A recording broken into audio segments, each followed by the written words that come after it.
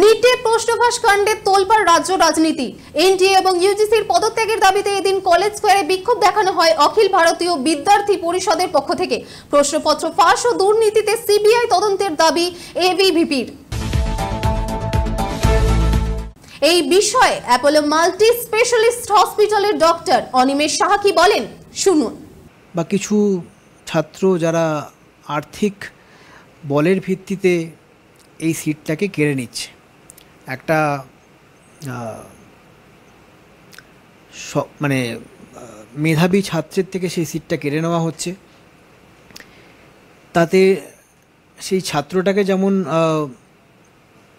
Deprive করা হচ্ছে, তেমনি সমাজের একটা বড় স্তরের মানুষকে কিন্তু সঠিক একজন চিকিৎসকের হাত থেকে ডিপ্রাইভড হতে হচ্ছে।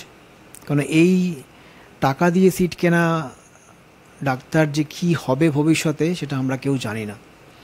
কাজেই আমরা যখন বয়স্ক হব, আমাদের যখন চিকিৎসার জন্য যেতে হবে, তখন আমাদের 10 বার ভাবতে হবে যে কার কাছে আমরা যাচ্ছি, তার কোয়ালিফিকেশানটা কি সত্যিই সঠিক। তো এটা কিন্তু খুবই একটা আতঙ্কের বিষয় এবং একটা সামাজিক অবক্ষয়কে কিন্তু ইন্ডিকেট করছে।